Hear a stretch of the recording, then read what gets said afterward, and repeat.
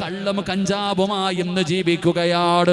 ഇന്നത്തെ യുവതലമുറ ആര് പറഞ്ഞാലും അവൻ അനുസരിക്കില്ലടോ. അഹങ്കാരത്തോടെ ധിക്കാരത്തോടെ നടക്കുകയാണ്. കള്ളും കഞ്ചാവും മയക്കുമരുന്നും ഇന്ന് കുട്ടികളെ വല്ലാതെ ബാധിച്ചില്ലടോ. പടച്ചവനെ ഒരു ബോധവുമില്ലാതെ ജീവിക്കുകയാണ്. ഇന്നത്തെ മക്കളുടെ അവസ്ഥ കണ്ട വല്ലാത്ത പേടി തോന്നുന്നടോ.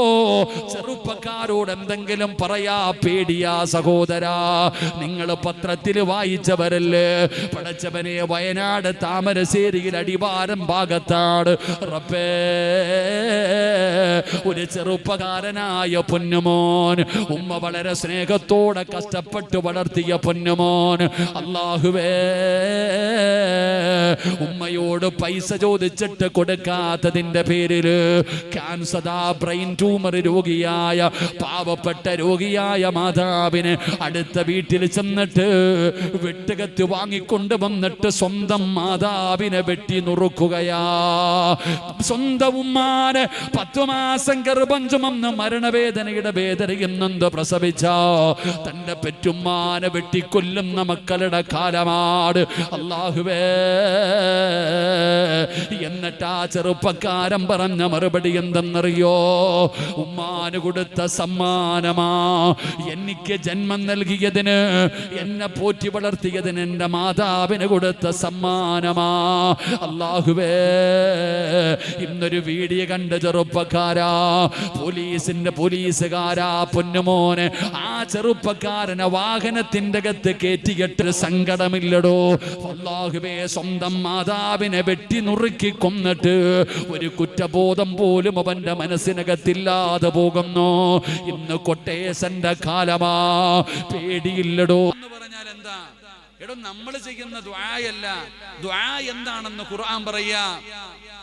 വയദുഊനനാ റഗബൻ വറഹബാ. ദുആ അല്ലാഹുവിന്റെ വിശുദ്ധമായ ഖുർആൻ അല്ലാഹു പറയുകയാണ്, അവർ ദുആ ചെയ്യുന്നവരാണ്. ദുആ എന്ന് പറഞ്ഞാൽ എങ്ങനെയാണ് ദുആ ചെയ്യേണ്ടത്? പഠിക്കണേ ചെറുപ്പക്കാരാ. ദുആ ചെയ്യേണ്ടത് എങ്ങനെയെന്നറിയോ? അല്ലാഹു സുബ്ഹാനഹു വ തആല ഒരു പ്രവാചകന്റെ ദുആ ഖുർആനിൽ പറയുകയാ. അതുകൊണ്ട് ദുആ ചെയ്യേണ്ടത് എങ്ങനെയാണെന്ന് പഠിക്ക്. ദുആ ചെയ്യേണ്ടത് എങ്ങനെയാണെന്ന് പഠിക്ക്. പടച്ചവനെ, നിങ്ങൾ കടൽ കണ്ടിട്ടുണ്ടല്ലോ? അതാ കടലിന്റെ തിരമാല അടിച്ചു വരുമ്പോൾ നമുക്ക് വല്ലാത്ത പേടിയാണ്. നമ്മൾ അതിൻ്റെ അടുക്കലേക്ക് പോകാറില്ല. എന്നാ നിങ്ങൾ കടലിന്റെ നടുക്ക് പോയിട്ടുണ്ടോ? കടലിന്റെ ഉള്ളിലേക്ക് പോയിട്ടുണ്ടോ? എടോ കടലിന്റെ ഉള്ളിലേക്ക് പോകും തോറും വല്ലാത്ത ആഴമാ, വല്ലാത്ത ആഴമാ. പടച്ചവനെ, നടുകടലിലെത്തിക്കഴിഞ്ഞാൽ ഏതെങ്കിലും ഒരു മനുഷ്യനും നടുകടലിൽ വീണ് കഴിഞ്ഞാൽ അവൻ എത്ര നീന്തലറിയുന്നവനാണെങ്കിലും രക്ഷപ്പെടാൻ സാധ്യതയില്ലടോ. പടച്ചവനെ, ആ കടലിലെ ഏറ്റവും ആഴമുള്ള സ്ഥലത്ത് ജീവിക്കുന്ന മീനാണ് തിമിംഗലം.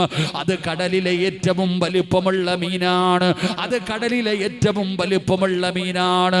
ആ പടച്ചവനെ, തിമിംഗലം എന്ന് പറയുന്ന മീനെങ്ങാണ് ഒരു മനുഷ്യനെ വിഴുങ്ങിയാ രക്ഷപ്പെടുമോ ചെറുപ്പക്കാരാ? ബുദ്ധി ചിന്തിക്കടാ പൊന്നുമോനെ. കടലിന്റെ അടിയിൽ കിടക്കുന്ന മീനെങ്ങാണ് ഒരു മനുഷ്യനെ വിഴുങ്ങിയാ സാധാരണ മീനല്ല, തിമിംഗലമാണ്. ആ മീന് വിഴുങ്ങിക്കഴിഞ്ഞാൽ എങ്ങനാടാ ചെറുപ്പക്കാരാ രക്ഷപ്പെടുന്നത്? പെങ്ങളെ, എങ്ങനെയാ രക്ഷപ്പെടുന്നത്? എന്നാൽ പടച്ചവനെ, മഹാനായ യൂനുസ് നബി അലൈഹിസ്സലാം, അല്ലാഹുവിന്റെ പ്രവാചകനായ യൂനുസ് നബി അലൈഹിസ്സലാം പടച്ചവനെ അതാ കടലിലേക്ക് വലിച്ചെറിയുകയാണ്. യൂനുസ് നബിയെ കപ്പലിൽ നിന്ന് കടലിലേക്ക് വലിച്ചെറിയുകയാ. തിമിംഗലം എന്ന് പറയുന്ന മീൻ വന്ന് വിഴുങ്ങുകയാണ്. യൂനുസ് നബി അലൈഹിസ്സലാമിന് അതാ തിമിംഗലം വിഴുങ്ങുകയാണ്. അതാ കടലിന്റെ ഏറ്റവും ആഴമുള്ള സ്ഥലത്ത് ജീവിക്കുന്ന തിമിംഗലം എന്ന് പറയുന്ന മീനിന്റെ വയറിനകത്ത് യൂനുസ് എന്ന് പറയുന്ന പ്രവാചകനെ കിടക്കുകയാണ്. പറമോനെ, രക്ഷപ്പെടുമോ? പറപെങ്ങളെ, രക്ഷപ്പെടുമോ? പറവാപ്പാ, രക്ഷപ്പെടുമോ? ഒരു സാധ്യതയെങ്കിലും രക്ഷപ്പെടാൻ ഒരു ശതമാനമെങ്കിലും സാധ്യതയുണ്ടോ ചെറുപ്പക്കാരാ?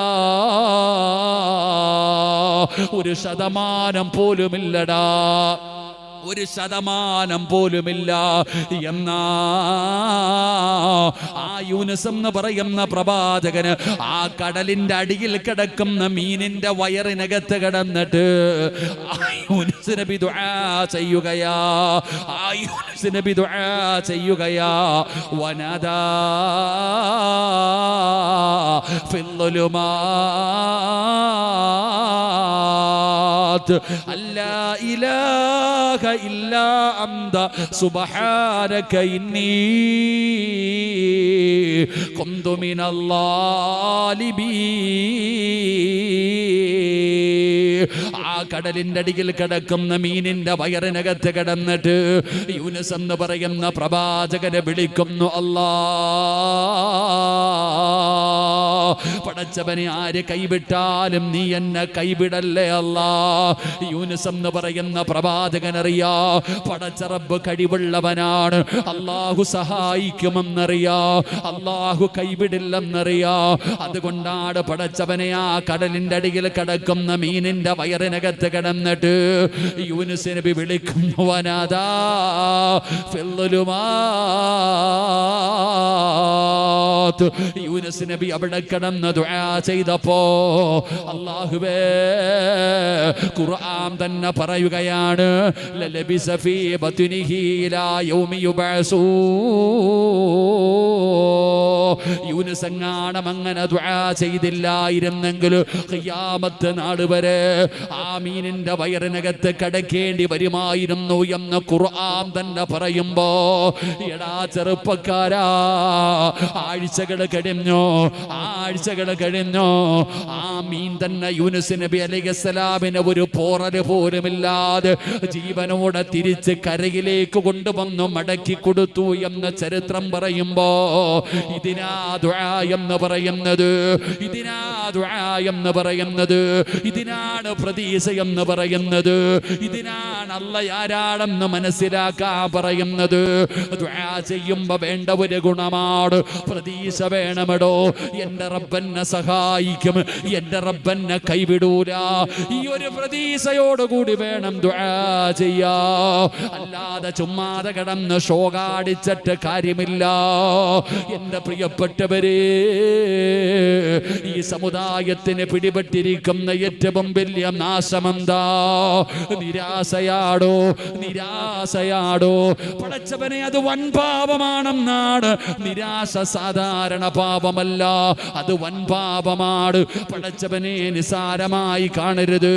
എന്തേ അല്ലാഹു നിനക്കൊരു വീട് തരാൻ അല്ലാഹുവിന് കഴിയില്ലേ? നിന്റെ കഷ്ടപ്പാട് മാറ്റാൻ അല്ലാഹുവിന് കഴിയില്ലേ?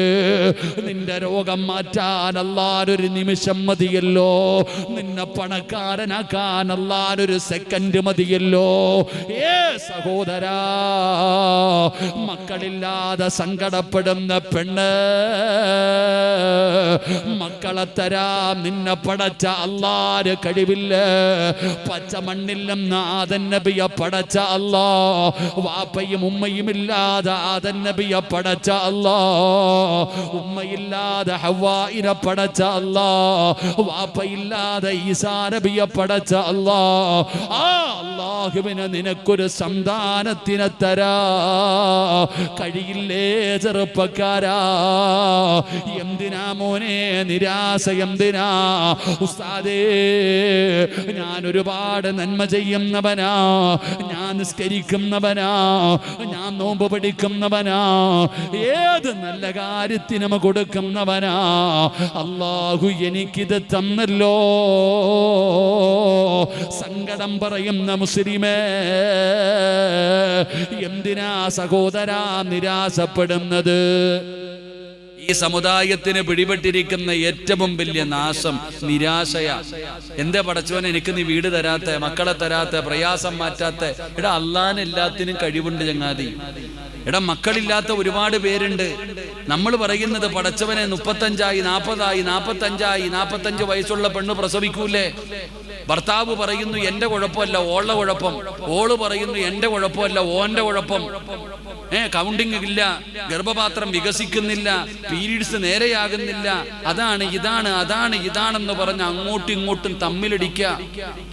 പരസ്പരം അങ്ങോട്ടും ഇങ്ങോട്ടും കുറ്റപ്പെടുത്താ. എന്റെ പൊന്നാര സഹോദരങ്ങളോട് സഹോദരിമാരോട് ഞാൻ ചോദിക്കട്ടെ, എന്തേ നീ റബ്ബിനോട് ദുആ ചെയ്യാത്തെ?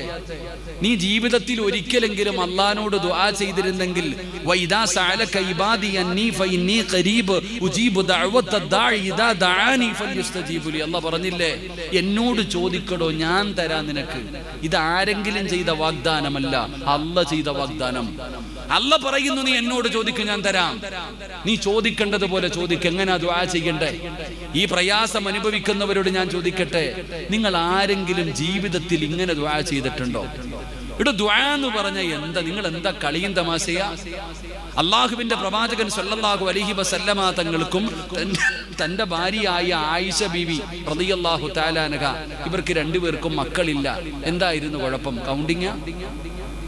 ഞാൻ ചോദിക്കട്ടെ, ആയിഷ ബീവിക്ക് നബിതങ്ങൾക്കും മക്കളില്ലായിരുന്നു. എന്തുകൊണ്ട്? നിങ്ങൾ പറ കാരണം. എന്റെ പ്രിയപ്പെട്ട സഹോദരങ്ങൾ, അത് നമ്മൾ മനസ്സിലാക്കേണ്ട ചില കാര്യം. ഇവിടെ ദുആ എന്ന് പറഞ്ഞാൽ എന്താ? പരിശുദ്ധമായ ഖുർആൻ പറയുക ദുആ എന്ന് പറഞ്ഞാൽ എന്താ? മഹാനായ നമുക്കറിയാം ബൈത്തുൽ മുഖദ്ദസ്, അള്ളാഹു നമുക്ക് ചെന്ന് സിയാറത്ത് ചെയ്യാൻ ഭാഗ്യം തരുമാറാകട്ടെ. ഫലസ്തീനിൽ സ്ഥിതി ചെയ്യുന്ന ബൈത്തുൽ മുഖദ്ദസ് എന്ന് പറയുന്ന പള്ളി, ആ പള്ളിയുടെ മിഹ്റാബിനകത്ത് മറിയം എന്ന് പറയുന്ന ഒരു പെൺകുട്ടി വളരുന്നുണ്ട്.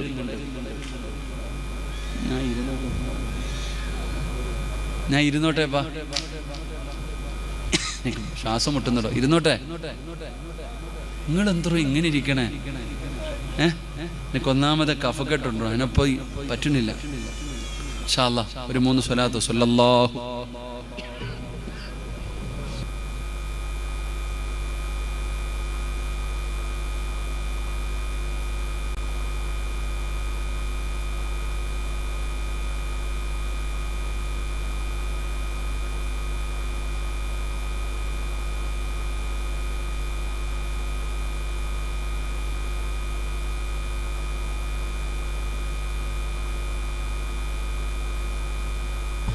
ആരോ എഴുതി തന്നിട്ടുണ്ട് സിഹ്ർ ചെയ്യുന്നതിനെ കുറിച്ച് പറയാൻ. പടച്ചവനെ, എന്നിട്ട് വേണം എനിക്ക് മണി കിട്ടാൻ. സിഹ്ർ ചെയ്യുന്നതിനെ കുറിച്ച് പറയാൻ. അല്ലാഹു അഅലം. എടാ, ഒരല്പമെങ്കിലും ഈമാനുള്ളവൻ ഈ പണി ചെയ്യൂ? ഒരു കടുകുമണിയുടെ അളവെങ്കിലും ഈമാനുള്ള ഒരാൾ സിഹ്ർ ചെയ്യൂലടോ. ഒരൊറ്റ കാര്യം ഓർത്തോ, ഈ ചെയ്യുന്നവനൊന്നും നേരെയാകത്തില്ല. ഇതിനൊരു അവസാനമില്ല. ഞാൻ ഈ അടുത്ത് ചോദിച്ചു, ഈ സിഹ്ർ ചെയ്യുന്നതിനെ കുറിച്ച് ചോദിച്ചപ്പോൾ ഒരാൾ എൻ്റെ അടുത്ത് ഇതുമായി ബന്ധപ്പെട്ട ചികിത്സ നടത്തുന്ന ഒരാൾ പറഞ്ഞു, ഇതിനൊരു അവസാനം ഇല്ല. ചെയ്തവൻ എന്നെങ്കിലും ഒരിക്കൽ തിരിച്ചു കിട്ടും. അള്ളാഹു കാത്തിരക്ഷിക്കുമാറാകട്ടെ. അള്ളാഹ് കാത്തിരക്ഷിക്കുമാറാകട്ടെ. അള്ളാഹ് കാത്തിരക്ഷിക്കുമാറാകട്ടെ. പരിശുദ്ധമായ ബൈത്തുൽ മുഖദ്ദസ് എന്ന് പറയുന്ന പള്ളിയുടെ മിഹ്റാബിനകത്ത് മറിയം എന്ന് പറയുന്ന ഒരു പെൺകുട്ടി ഇങ്ങനെ വളരുന്നുണ്ട്. എങ്ങനെയാണ് ഈ പെൺകുട്ടി അവിടെ എത്തിയത്? ഈസാ നബിയുടെ ഉമ്മയാണ് മറിയം. മറിയമിന്റെ ഉമ്മയായ ഹന്നത്ത് ബീവി അവിടെ നിന്ന് ഗർഭിണിയായപ്പോ ഉമ്മ വിചാരിച്ചു ആൺകുട്ടിയാണെന്ന് വിചാരിച്ചിട്ട് പറഞ്ഞു, അള്ളാഹുവേ, എൻ്റെ മോനെ ഞാൻ പള്ളിക്ക് കൊടുത്തേക്കാം. ഞാൻ പള്ളിക്ക് കൊടുത്തേക്കാന്ന്. പക്ഷെ പ്രസവിച്ചപ്പോ പെൺകുട്ടിയായി പോയി. പക്ഷെ ഉമ്മ പറഞ്ഞ വാക്കു പാലിച്ചു, പള്ളിക്ക് കൊടുത്തു. സക്കരിയ നബിയാണ് ഈ കുട്ടിയെ വളർത്തുന്നത്. സക്കരിയ നബി അലൈഹി സ്വലാമാണ് ഈ കുഞ്ഞിനെ വളർത്തുന്നത്. അങ്ങനെ മറിയം ഇങ്ങനെ പള്ളിക്കകത്ത് വളർന്നുകൊണ്ടിരിക്കുക. അങ്ങനെ ഒരിക്കൽ സക്കരിയ നബി അലൈഹി സ്വലാം പള്ളിയുടെ മിഹ്റാബിനകത്ത് കയറി ചെല്ലുമ്പോ മറിയം ബീവി പഴം കഴിച്ചുകൊണ്ടിരിക്കുക. മറിയം ബീവി റളിയല്ലാഹു തആല അൻഹ ഒരു പഴം കഴിച്ചുകൊണ്ടിരിക്കുന്നു. ആ പഴത്തിന്റെ പ്രത്യേകത എന്ന് പറയുന്നത്, 1, സക്കരിയ നബി വാങ്ങിച്ചു കൊടുത്തതല്ല. 2, ഫലസ്തീൻ എന്ന് പറയുന്ന രാജ്യത്ത് പോലും ആ പഴം കിട്ടത്തില്ല. 1, അതാ പറയുന്നത്, ഈ ചരിത്രത്തിനകത്ത് പഠിക്കേണ്ട ഒരു കാര്യം, നമ്മൾ വാങ്ങിച്ചു കൊടുക്കാത്ത ഒരു സാധനം നമ്മളുടെ മക്കളുടെ കയ്യിൽ കണ്ടാ ചോദിക്കണമെന്നാണ്. നമ്മൾ വാങ്ങിക്കൊടുക്കാത്ത ഒരു സാധനം നമ്മുടെ മക്കളുടെ കയ്യിൽ കണ്ട ഇതെവിടെ നിന്ന് എന്ന് ചോദിക്കണം. സക്കരിയ നബി വാങ്ങിച്ചു കൊടുക്കാത്ത ഒരു പഴമാണ് മറിയമിന്റെ കയ്യിലിരിക്കുന്നത്.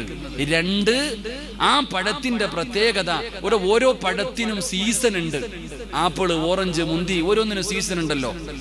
സക്കരിയ നബി നോക്കുമ്പോ ഫലസ്തീൻ എന്ന് പറയുന്ന രാജ്യത്ത് പോലും കിട്ടാത്ത പഴമാ മറിയം തിന്നുന്നേ. അപ്പൊ ചോദിച്ചു, മോളെ മറിയമേ, ഇതെവിടെ നിന്നാണ് നിനക്ക് കിട്ടിയത്? മറിയമിന്റെ മറുപടി, ഖാലത്ത് ഹുവ മിൻ ഇൻദില്ല, എനിക്കെന്റെ റബ്ബ് തന്നതാ, ഇതെനിക്ക് അല്ലാഹ് തന്നതാ. സക്കരിയ നബി ചിന്തിക്കുകയാ, സീസൺ അല്ലാത്ത സമയത്ത് പഴം കൊടുത്ത അല്ലാഹ് സീസൺ അല്ലാത്ത സമയത്ത് പഴം കൊടുത്തിരിക്കുന്ന പടച്ചവൻ. ഇനി നിങ്ങൾ സക്കരിയ നബിയുടെ ചരിത്രം വായിച്ചു നോക്കിക്കേ. സക്കരിയ നബി അലൈഹിസ്സലാമിന് വിവാഹം കഴിഞ്ഞിട്ട് കൊല്ലങ്ങളായി മക്കളില്ല. പ്രായം ചെന്നു സക്കരിയ നബിക്ക്. സക്കരിയ നബി അലൈഹിസ്സലാമിന് പ്രായമായി മക്കളില്ല, ഒരുപാട് കൊല്ലമായി. എന്റെ പ്രിയപ്പെട്ടവരെ, സക്കരിയ നബി തന്നെ അല്ലാഹുവിനോട് പറയുകയാ, ഖാല റബ്ബി ഇന്നി വഹനൽ അൽമു മിന്നി വസ്തഅല അർ-റഅസു ശൈബാ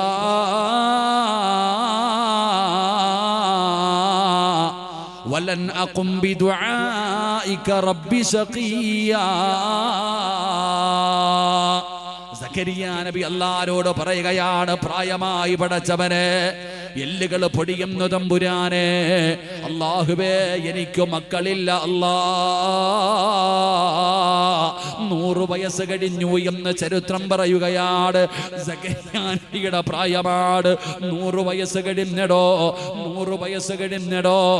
സക്കരിയ നബിയുടെ ഭാര്യയുടെ അവസ്ഥ എന്തെന്നറിയോ? അവർക്കും പ്രായമായി, അവർക്കും പ്രായമായി. സക്കരിയ നബി പറയുകയാ, വകാനത് ഇംറഅതി ആഖിറാ. അല്ലാഹുവേ, എന്റെ ഭാര്യ പ്രസവിക്കാത്തവളാണ് തമ്പുരാനെ, അവൾക്കും പ്രായമായി തമ്പുരാനെ. പെങ്ങളെ, 40ഉം 50ഉം വയസ്സ് കഴിഞ്ഞാൽ ഒരു പെണ്ണിന്റെ മെൻസസ് പോലും നിലച്ചു പോകുമല്ലോ. പിന്നെ എങ്ങനാ മക്കളുണ്ടാകുന്നത്? സക്കരിയ നബിയുടെ ഭാര്യയുടെ പ്രായം 92 വയസ്സാണെന്നൊക്കെ ചരിത്രം പറയുന്നു. എന്തായാലും അവർക്ക് പ്രായമായി. രണ്ടുപേരും പ്രായം ചെന്നവരാണ്, രണ്ടുപേരും പ്രായമായവരാണ്. സക്കരിയ നബി അല്ലാഹുവോട് പറഞ്ഞു, അല്ലാ, ഞങ്ങൾക്ക് രണ്ടുപേർക്കും പ്രായമായി റബ്ബേ, ഒരുപാട് പ്രയാസങ്ങളും തടസ്സങ്ങളുമുണ്ട് തമ്പുരാനെ. അല്ലാ, ഇതുവരെ ഞങ്ങൾക്ക് മക്കളായില്ല റബ്ബേ. അല്ലാ, നിനക്ക് കഴിയുമല്ലാ, നിനക്ക് കഴിയുമല്ലാ, ഞങ്ങൾക്കൊരു പൊന്നുമോനെ തരണേ അല്ലാ. എപ്പോഴാ ചെറുപ്പക്കാരാ? 25-ാമത്തെ വയസ്സിലല്ല, 35-ാമത്തെ വയസ്സിലല്ല, 55-ാമത്തെ വയസ്സിലല്ല, 100 വയസ്സ് കഴിഞ്ഞ പ്രായം ചെന്ന പ്രവാചകന് അല്ലാഹുവിനോട് പറയുന്നു, എനിക്കൊരു മോനെ വേണം തമ്പുരാനെ, എനിക്കൊരു മോനെ വേണം തമ്പുരാനെ. നിനക്ക് കഴിയും തരാറ്, നിനക്ക് കഴിയും തരാറ്. സക്കരിയ നബി തന്റെ ഭാര്യയോട് ചെന്നിട്ട് പറഞ്ഞു, പെണ്ണേ, നീ പ്രസവിക്കാൻ പോവുകയാണ്, നിനക്കൊരു മകൻ ജനിക്കുമെന്ന് പറയുമ്പോ ആ ഭാര്യ പോലും ചോദിക്കുന്നു, ഈ പ്രായം ചെന്ന് എനിക്ക് വയസ്സാങ്കാലത്ത് അല്ലാഹുവേ മക്കളുണ്ടാകുമോ? എന്റെ പ്രിയപ്പെട്ടവരെ, സക്കരിയ നബി അലൈഹിസ്സലാം അവിടുന്ന് പടച്ചവനോട് ദുആ ചെയ്തപ്പോ അല്ലാഹു കൊടുത്തു ചെറുപ്പക്കാരാ. ആ പ്രായം ചെന്ന പ്രവാചകന് കരഞ്ഞു ദുആ ചെയ്തിട്ട് വാങ്ങിയ മകനാണ് മഹാനായ യഹ്യാ നബി അലൈഹിസ്സലാം. സാധാരണ ഒരു മകനല്ല, സാധാരണ ഒരു മകനല്ല. ആരാ പേര് വെച്ചതെന്നറിയുമോ? ആരാ പേര് വെച്ചതെന്നറിയുമോ? യഹ്യാ നബിക്ക് പേര് വെച്ചത് അല്ലാഹുവാണോ? അല്ലയാ യഹ്യാ എന്ന് പറയുന്ന പേര് പോലും വെച്ച് കൊടുത്തത് പടച്ചവനെ. അതാ പറയുന്ന ദുആ ചെയ്യാറ്. ദുആ എന്ന് പറഞ്ഞാൽ ഇതാണ്, ദുആ എന്ന് പറഞ്ഞാൽ ഇതാണ്. പ്രതീക്ഷ വേണം സഹോദരാ. മക്കളില്ലാത്തവര് റബ്ബിനോട് ദുആ ചെയ്യണേ, റബ്ബിനോട് ദുആ ചെയ്യണേ. മഹാനായ ഖലീലുല്ലാഹി ഇബ്രാഹിം നബി അലൈഹിസ്സലാം തന്റെ ഭാര്യയായ സാറാ ബീവി, രണ്ടുപേർക്കും മക്കളില്ലായിരുന്നു. സാറാ ബീവിക്ക് മക്കളില്ലാതെയായി. അങ്ങനെയാണ് ഹാജറാ ബീവിയെ വിവാഹം കഴിച്ചത്. പടച്ചവനെ അവിടുന്ന് ദുആ ചെയ്തു, അല്ലാ റബ്ബി ഹബിലി മിനസ് സ്വാലിഹീൻ. അങ്ങനെ ദുആ ചെയ്തിട്ട് അല്ലാഹു കൊടുത്ത മകനാണ് മഹാനായ ഇസ്മായിൽ നബി അലൈഹിസ്സലാം. മറക്കാൻ കഴിയുമോ പടച്ചവനെ, മറക്കാൻ കഴിയുമോ? ഇസ്മായിൽ നബിയുടെ ചരിത്രം കേൾക്കുമ്പോ ഏതൊരു മനുഷ്യനും കൊതിച്ചു പോവുകയാണ്, എന്റെ മകൻ അങ്ങനെയായിരുന്നെങ്കിൽ, എന്റെ മകൻ ഇസ്മായിൽ നബിയെ പോലെ ആയിരുന്നെങ്കിൽ എന്ന് കൊതിച്ചു പോവുകയാണ്. ദുആ ചെയ്തിട്ട് വാങ്ങിയ മകനാണ് പടച്ചവനെ. ആ മകന്റെ മുമ്പിലാണ് പടച്ചവനെ ഇബ്രാഹിം നബി തോറ്റുപോയത്. അല്ലാഹുവിന്റെ എല്ലാ പരീക്ഷണങ്ങളിലും വിജയിച്ച പ്രവാചകരാ ഇബ്രാഹിം നബി അലൈഹിസ്സലാം. പക്ഷേ പരാജയപ്പെട്ടു പോയത് തന്റെ പൊന്നാര മകന്റെ മുമ്പിലാ. എപ്പോഴാണ് പരാജയപ്പെട്ടതെന്നറിയോ? ഇസ്മായിൽ എന്ന് പറയുന്ന ചെറിയ മകന്റെ ചാരത്തേക്ക് വാപ്പ ഒരു ദിവസം കടന്നു വന്നിട്ട് പറഞ്ഞു, മോനെ, അല്ലാഹു നിന്നെ അറുത്തു കൊടുക്കാൻ പറഞ്ഞിരിക്കുകയാ, അല്ലാഹു നിന്നെ അറുത്തു കൊടുക്കാൻ പറഞ്ഞിരിക്കുകയാ. എന്റെ മോന്റെ അഭിപ്രായം എന്താ? 55 വയസ്സുള്ളവനോടല്ല, 40, 30, 25 വയസ്സുള്ളവനോടല്ല, ഓടിച്ചാടി വാപ്പയുടെ കൈപിടിച്ച് കളിച്ചുകൊണ്ട് നടക്കുന്ന 11 വയസ്സിന്റെ താഴെ പ്രായമുള്ള ഇസ്മായിൽ എന്ന് പറയുന്ന മകന്റെ കൈപിടിച്ചിട്ട് ഇബ്രാഹിം എന്ന് പറയുന്ന പിതാവ് ചോദിക്കുന്നു, മോനെ, നിന്നെ അറുത്തു കൊടുക്കാൻ അല്ലാഹു പറഞ്ഞിരിക്കുകയാ. അഭിപ്രായമെന്താ? നിന്റെ അഭിപ്രായമെന്താ? ഇഫ്അൽ മാ തുമർ സതജിദുനി ഇൻഷാ അല്ലാഹ്. അവിടെയാടോ ആ മറുപടി കേട്ടപ്പോഴാ തന്റെ പൊന്നാര മകന്റെ മറുപടി കേട്ടപ്പോ അല്ലാഹു പറയുന്നതനുസരിക്കുവാപ്പാ, എന്നെ അറുത്തു കൊടുക്കുവാപ്പാ. ഇബ്രാഹിം നബി കരഞ്ഞുപോയടോ. ഇതുപോലെ ഒരു മകനെ എനിക്ക് എന്റെ റബ്ബ് തന്നല്ലോ. അതാ ദുആ ചെയ്തിട്ട് കിട്ടുന്ന മക്കളങ്ങനാട് മഹാനായ സക്കരിയാ നബി അലൈഹിസ്സലാം. അല്ലാഹുവിനോട് ദുആ ചെയ്തിട്ട് വാങ്ങിയ മകനാണ് യഹ്യാ. കാണുന്നില്ലടോ തന്റെ പൊന്നാര മകനെ കാണാതെ വന്നപ്പോ സക്കരിയാ നബി കഅബ പരിശുദ്ധമായ ബൈത്തുൽ മുഖദ്ദസിന്റെ മുമ്പിൽ ചെന്നിട്ട് അല്ലാഹുവോട് ദുആ ചെയ്യുന്നു, റബ്ബേ, വയസ്സാം കാലത്ത് കിട്ടിയതാ പടച്ചവരെ, എന്റെ പൊന്നുമോനെ കാണുന്നില്ല തമ്പുരാനെ, എന്റെ പൊന്നുമോനെ കാണുന്നില്ല തമ്പുരാനെ, എന്റെ മകനെ എനിക്ക് തിരിച്ചു തരണേ അല്ലാ.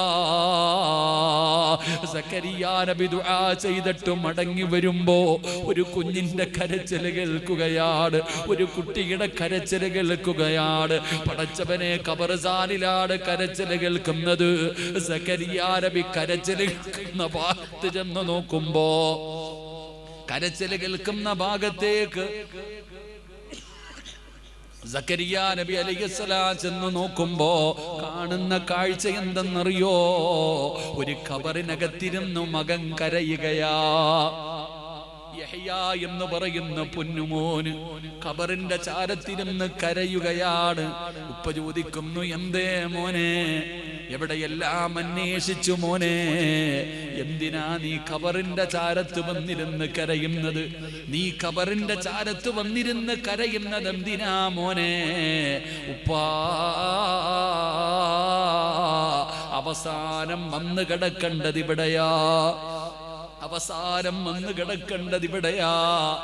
പടച്ചവരെ, സക്കരിയാ നബി കരഞ്ഞുപോയടോ തന്റെ പൊന്നാര മകനെ ഓർത്തിട്ട്. അതുകൊണ്ട് ഈ സദസ്സിലിരിക്കുന്നവരോട് പറയുകയാണ്, ഏ സഹോദരാ, ഏ സഹോദരി, അല്ലാഹുവിനോട് ദുആ ചെയ്യണേ. ഉസ്താദന്മാരെ കാണുമ്പോ, മഹാന്മാരെ കാണുമ്പോ, സയ്യിദന്മാരെ കാണുമ്പോ ഒന്ന് ഓടി വന്നിട്ട് പറയും, എന്റെ കുഞ്ഞിന് വേണ്ടി ഒന്ന് ദുആ ചെയ്യണേ, അവന്റെ തലയിലൊന്ന് കൈവെക്കണേ. എന്റെ പ്രിയപ്പെട്ടവരെ, മഹാനായ നബി മുഹമ്മദ് മുസ്തഫ സല്ലല്ലാഹു അലൈഹി വസല്ലമ തങ്ങളുടെ മുമ്പിൽ അനസ് ഇബ്നു മാലിക് റളിയല്ലാഹു തആല അൻഹുവിന്റെ മാതാവുണ്ടല്ലോ, പൊന്നുമോന്റെ കൈ പിടിച്ചുകൊണ്ട് നബി തങ്ങളുടെ ചാരത്ത് വരികയാണ്. യാ റസൂലല്ലാഹ്, മുത്തി നബിയേ, അനസ് ബിൻ മാലിക്കിന് വല്ലാത്ത സ്നേഹമാ നബിയേ, നിങ്ങളെ വല്ലാത്ത ഇഷ്ടമാ നബിയേ. എന്റെ പൊന്നുമോന് വേണ്ടിയൊന്ന് ദുആ ചെയ്യ് നബിയേ, എന്റെ അനസിന് വേണ്ടിയൊന്ന് ദുആ ചെയ്യ് നബിയേ. അല്ലാഹുവിന്റെ പ്രവാചകൻ അവിടുന്ന് ദുആ ചെയ്യുകയാണ്. അല്ലാഹുവേ, ആഫിയത്തുള്ള ദീർഘായുസ് കൊടുക്കണേ അല്ലാ. പടച്ചവനെ, കണ്ണിന് കുളിർമയുള്ള സന്താനങ്ങളെ കൊടുക്കണേ അല്ലാ. ജീവിത മാർഗത്തിൽ ബർക്കത്ത് നൽകണേ അല്ലാ. സ്വർഗം കൊടുക്കണേ അല്ലാ. നിബിതങ്ങൾ അവിടെ അനസ് ബിൻ മാലിക്ക് വേണ്ടി ദുആ ചെയ്യുകയാണ്. ആർക്ക് വേണമെങ്കിലും ചരിത്രം എടുത്തു നോക്കാം. അനസ് ബിൻ മാലിക് റളിയല്ലാഹു തആല അൻഹു 103 കൊല്ലമാണ് ജീവിച്ചത്. 103ാമത്തെ വയസ്സിലാണ് ലോകത്തോട് വിട പറഞ്ഞത്. കാരണം നിബിതങ്ങൾ ദീർഘായുസിന് വേണ്ടി ദുആ ചെയ്തിരുന്നു. തലമുറകൾക്ക് വേണ്ടി, മക്കൾക്ക് വേണ്ടി ദുആ ചെയ്തിരുന്നു. 106 മക്കളാണ്. മക്കളും കൊച്ചുമക്കളുമായിട്ട് അനസ് ബിൻ മാലിക് തങ്ങൾക്ക് 106ഓളം മക്കളുണ്ടായിരുന്നു. റബ്ബേ,